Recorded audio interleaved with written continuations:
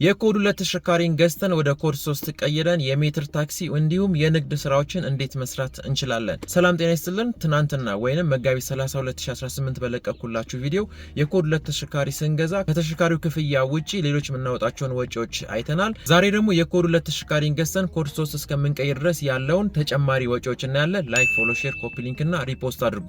ትናንት እንደነገርኳችሁ እንግዲህ ተሽከርካሪ ኮድ 2 ነው፣ ተመችቶናል፣ አይተናል። የራሳችን ፍተሻዎች አድርገን የራሳችን ፍተሻዎች ማድረጋችን ጥቅሙ ምንድነው?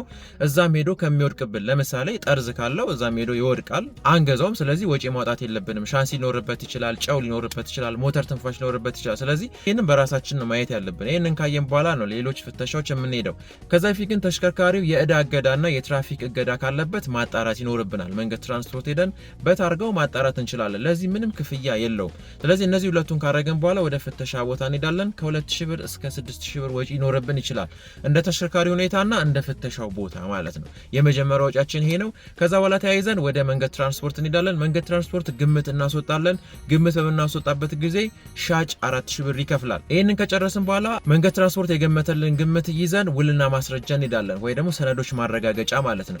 እዛ በምንሄድበት ጊዜ መንገድ ትራንስፖርት የገመተውን 2% እንከፍላለን። ኦሬዲ መኪናው ኮድ 2 ስለሆነ ማለት ነው። 2% ከከፈልን በኋላ ወደ መንገድ ትራንስፖርት እንመለሳለን። መንገድ ትራንስፖርት ደግሞ ስንመለስ የሊብሬ ማሳተሚያ እንከፍላለን 6210 ብር ማለት። ስለዚህ እስካሁን 3 ክፍያ ከፍለናል ማለት ነው። አንደኛው ማስፈተሻ ነው፣ ሁለተኛው 2% የግምት ነው፣ ሶስተኛ ደግሞ የሊብሬ ማለት ነው። ይሄ እንግዲህ ከተሽከርካሪው አጠቃላይ ክፍያ ውጪ የምንከፍላቸው ክፍያዎች ናቸው ማለት ነው። አሁን ደግሞ ከኮድ 2 ለየት ያለ ክፍያ የምንከፍለው ላይ ደርሰናል ማለት ነው። እሱ ምንድነው? ታርጋ ቅየራ ነው። ታርጋ በሚቀየርበት ጊዜ ኮድ 2 ነበረ ለሜትር ታክሲ ወይንም ለንግድ አገልግሎት ስለምንፈልገው ኮድ 3 ማድረግ ይኖርብናል። ያ እስከ 30,000 ብር ወጪ ሊያስወጣን ይችላል ማለት። ስለዚህ አራተኛ ወጪያችን ይሄን ነው። ይሄንን ካወጣን በኋላ ምን እናደርጋለን? ሌላ አንድ ነገር እንጨምራለን። ንግድ ፍቃድ ያስፈልገናል ማለት ነው። ስለዚህ ሊብሬው ከታተመልን በኋላ ኮፒውን ነው የሚሰጡን መንገድ ትራንስፖርቶች።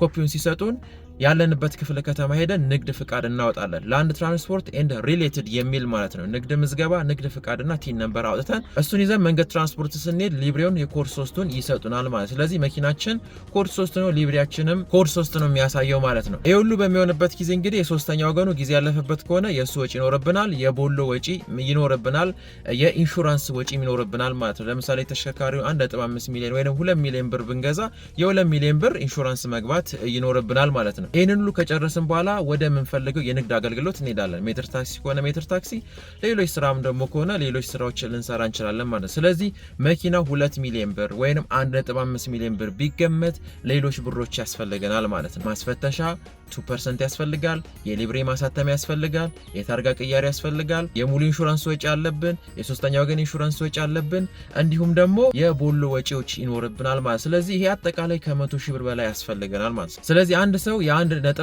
ሚሊዮን ብር ኮድ 2 ተሽከርካሪ ገዝቶ ወደ ኮድ 3 የሚቀይርበት ጊዜ ሌላ 100,000 ብር ወይ ደግሞ 150,000 ብር ያስፈልጋል። ይሄ ግዴታ ነው ማለት ነው። ያ ብቻ አይደለም። ተሽከርካሪውን ገዝተን ይሄን ሁሉ ፕሮሰስ ከጨረስን በኋላ እላው ላይ የሚያስፈልገን አንዳንድ ነገሮች ሊኖር ይችላል። ያንንም ለማድረግ ተጨማሪ ብሮች ያስፈልገናል። ያለንን ብር በሙሉ አሟጠን ለግዢ ብቻ መጠቀም የለብንም። ይሄን ለማለት ነው። አዲስ ከሆናችሁ ፎሎ አድርጉ። ሀሳብ ጥያቄ ሲኖር ኮሜንት ሴክሽን ላይ አስቀምጡ። ለሁሉም ድረስ ላይክ፣ ፎሎ፣ ሼር፣ ኮፒ ሊንክ እና ሪፖስት አድርጉ። ጤና ይስጥልኝ።